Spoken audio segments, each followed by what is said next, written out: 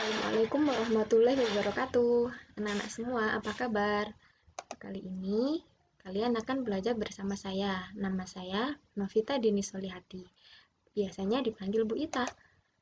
Kalian akan belajar tema 1, hidup rukun, subtema 2, pembelajaran yang ke-6. Yang akan kita pelajari di sini ada nanti akan belajar tujuan dari pembelajaran kita, materi, kesimpulan, evaluasi, dan pesan moral. Sebelum ke materi, kita harus tahu tujuan pembelajaran kita. Yang pertama, untuk bahasa Indonesia, dapat menyebutkan kalimat ajakan pada teks lagu. Kemudian PPKN-nya dapat menerapkan sila keempat dan kelima Pancasila di tempat bermain. Matematika dapat mengurutkan bilangan dari yang terkecil sampai terbesar dan sebaliknya.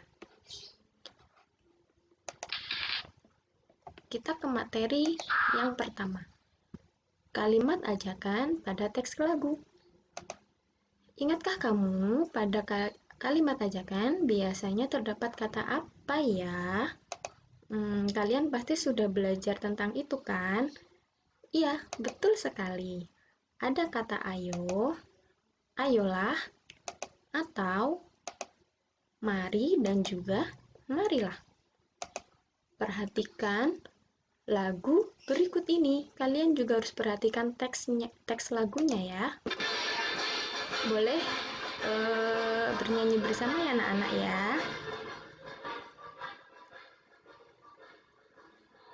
Kita laksanakan wajib belajar, putra putri tunas bangsa harapan negara. Wajib belajar cerdaskan kehidupan bangsa, untuk menuju masyarakat adil sejahtera. Gunakan waktumu, isilah hidupmu, tekunlah belajar, giatlah bekerja, bebas kebodohan, badai kemiskinan, selamat terang hari depan cerah.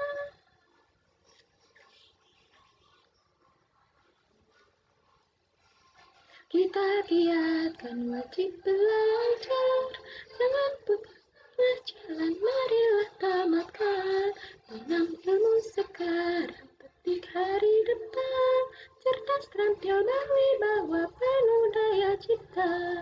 Gunakan waktumu, isilah hidupmu, tekunlah belajar, giatlah bekerja, berilah tunas bangsa inti pembangunan, adil, makmur, sejahtera, merata, bahagia. Kalian sudah bernyanyi, sudah juga perhatikan teks lagunya. Kalian lihat di sini. Teks lagu yang sudah kalian nyanyikan tadi, ada beberapa kalimat di sini. Kalian sudah tahu kalimat ajakan tadi ada kata ayo dan mari. Dalam teks lagu ini, di mana ya kalimat ajakannya? Pasti kalian sudah tahu dong. Nah, di kalimat pertama, mari kita laksanakan wajib belajar. Kemudian perhatikan lagi teks berikutnya. Dalam teks ini, yang mana yang merupakan kalimat ajakan? Betul sekali, yang kalimat pertama, ayo kita giatkan wajib belajar. Ada lagi nggak ya? Ya, betul. Marilah tamatkan. Di sini ada kata ayo dan mari.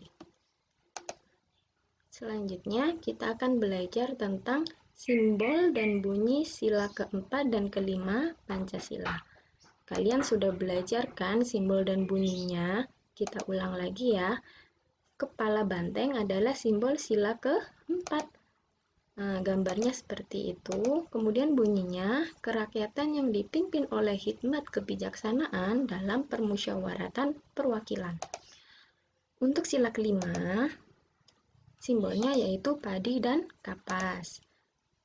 Bunyinya biasanya disebut dengan rumusan ya, keadilan sosial bagi seluruh rakyat Indonesia. Selanjutnya, penerapan sila keempat Pancasila. Nah, pada sila keempat biasanya ditandai dengan musyawarah atau berdiskusi. Jika di sekolah, kalian biasanya bermusyawarah di dalam kelas seperti yang ada di gambar ini. Ini contoh musyawarah untuk memilih lagu. Kemudian bagaimana jika di tempat bermain? Nah, di tempat bermain juga bisa berdiskusi sebelum bermain. Contohnya apa saja? Contohnya berdiskusi menentukan permainan, bisa juga berdiskusi menentukan peraturan permainan. Ini kalian bisa juga menyebutkan contoh-contoh penerapan sila keempat lainnya di tempat bermain ya. Untuk materi selanjutnya, penerapan sila kelima Pancasila. Pada sila kelima, setiap orang harus diperlakukan secara adil. Dalam gambar berikut ini adalah contoh penerapan sila kelima. Mereka sedang apa? Mereka sedang bergotong royong membersihkan kelas. Kemudian jika di tempat bermain bagaimana contoh sila kelimanya? Misalkan kalian membawa makanan pada saat bermain. Di situ ada beberapa temanmu. Apa yang harus kalian lakukan? Nah, kalian harus membagi makanan yang kamu bawa kepada temanmu secara adil. Ya, berbagi makanan secara adil kepada teman. Selanjutnya, untuk materi yang terakhir, mengurutkan bilangan. Nah, anak-anak di sini ada bilangan 362, 356, dan 348. Bagaimana cara kalian mengurutkannya? Nah, cara untuk mengurutkan beberapa bilangan dengan membandingkan nilai ratusan, puluhan, dan satuannya. Ayo kita urutkan bilangan-bilangan itu. Perhatikan ya. 362 jika diuraikan menjadi 300 ditambah 60 ditambah 2. 356 sama dengan 300 ditambah 50 ditambah 6. 348 sama dengan 300 ditambah 40 ditambah 8. Kalian perhatikan nilai ratusannya di sini. Nah, nilai ratusannya sama. Kemudian kalau sama berarti harus memperhatikan nilai puluhannya. Ya, betul sekali, nilai puluhannya tidak sama. Nilai ratusan ketiga bilangan tersebut sama, yaitu 300. Nilai puluhannya tidak sama, yaitu 60, 50, dan 40. Dari sini kita sudah bisa mengurutkan bilangan tersebut. Kita urutkan dari yang urutan puluhan mulai dari yang terkecil, yaitu 40, 50, dan 60. Nah, berarti kalian pasti sudah tahu urutan bilangan dari yang terkecil, yaitu 348, 356, dan 362. Kemudian urutan bilangan dari yang terbesar berarti 362, 356, dan 348. Kalian hebat sekali. Selanjutnya, mengurutkan bilangan menggunakan kubus satuan. Anak-anak mengurutkan bilangan juga bisa dengan menghitung banyak kubus satuan. Perhatikan kubus satuan di sini. Nah, ini nilainya 107. Kemudian yang ini 112. Nah, yang terakhir adalah 103. Ingat ya, cara untuk mengurutkan bilangan tadi, yaitu dengan mengurutkan beberapa bilangan dengan membandingkan nilai ratusan, puluhan, dan satuannya. Bagaimana dengan satuan kubus yang ini? Nah, kalian harus perhatikan nilai ratusannya di sini sama-sama 100. Ya, kalau sudah sama berarti harus melihat puluhannya. Di sini 0 puluhannya.